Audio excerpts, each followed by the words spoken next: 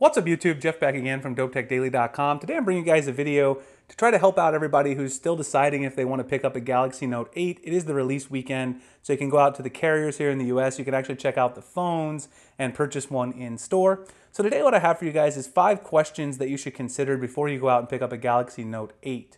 Let's jump right into it. I do have a Keep document as usual, so I'll link it below if you guys want to check out the written version in case you missed anything. Of course, you can always ask me any questions you have in the comments below.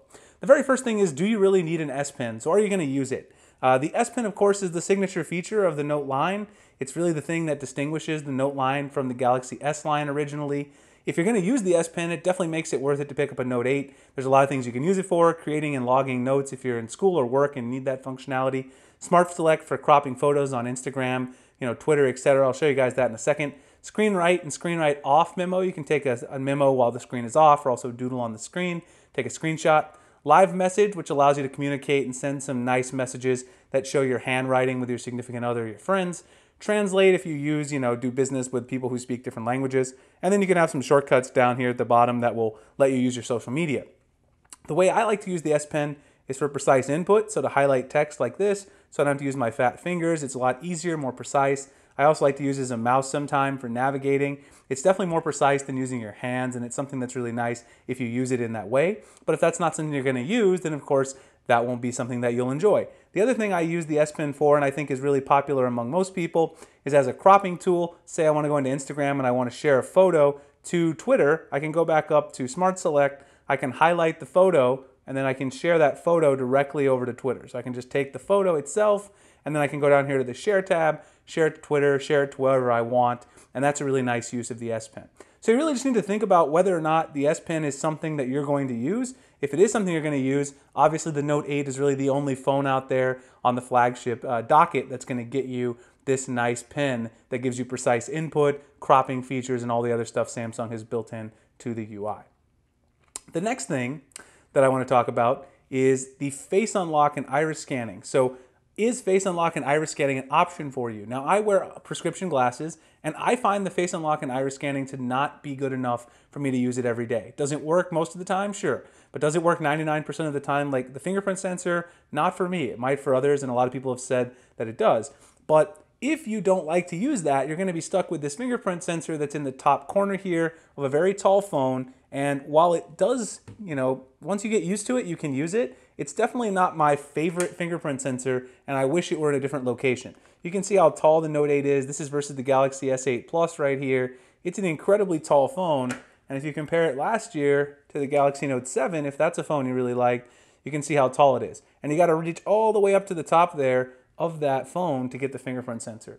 So if Face Unlock and iris scanning is something you're not really interested in, then you might become a little annoyed with the fingerprint sensor. Is it the end of the world? No, but it is something to think about when purchasing the phone. The next thing is multitasking. So the Galaxy Note 8 is perfect for those of you who want to multitask. You got 6 gigs of RAM, Snapdragon 835, really large display, everything on here. You got split screen mode, you got the S Pen itself. It's made for multitasking.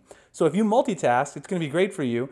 But if you don't, then you're wasting some of that money you're spending on the most expensive Android flagship right now, where you might be able to get a cheaper phone if you don't need it. So by multitasking, I mean, of course, if I have Google Keep open and then say I want to use Google Keep, but I also want to take another app and use it at the same time, you can use that multitasking feature, say Android Central, and I can, read my Keep document while I'm reading some Android news below. So it's a really nice feature, and it's something that if you do multitask a lot, you're going to use it. That 6 gigs of RAM is very useful because it does actually make sure the apps stay in memory longer. I found the 6 gigs of RAM to be one of the most useful features that Samsung baked into the Note 8. So if you are a multitasker, I think that's going to be worth it for you to pick up the phone.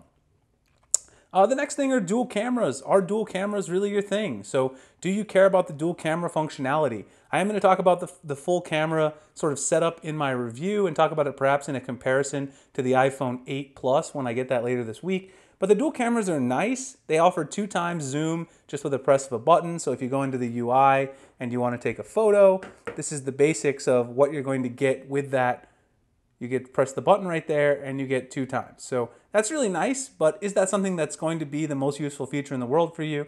Personally, I prefer having a wide angle lens than having the 2 times zoom. You do get portrait mode with this as well, which Samsung calls live focus. You need to be about 4 feet away in order to get the live focus mode to actually work correctly. It does work pretty good, but there are some issues with edge detection, some other things like that, which I'll talk about in my full review. So if portrait mode, i.e. live focus, isn't something that really blows you away, I think that the dual cameras, might not be that big of a deal to you. And of course, if it's not, you can get the Galaxy S8 Plus, which has the same main camera, just doesn't have that dual camera functionality with the zoom and portrait mode. And then the final thing is price. Is price an important factor? This is the most expensive Android flagship that's out there today, $930 starting, all the way up to, all close to $1,000. Definitely after tax, it's going to be $1,000. There's a lot of other options out there. The ones that come to mind, of course, is if you want a Samsung phone, you can go ahead and grab the Galaxy S8 or the S8 Plus, which are substantially cheaper right now. You can get them between, $500 and $600.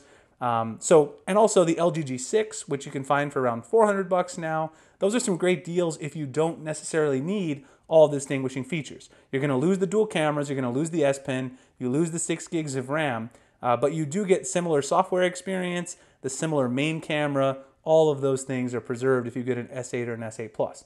If price is no factor, if you don't really care about price, then there's no doubt about it in my mind. After spending 10 days with this phone, this is the best Android phone you can buy right now, until I get a V30 and a Pixel XL2, of course, in hand to compare them. But right now, if price is no object, go ahead and buy this phone. It's a great phone, and I highly recommend it.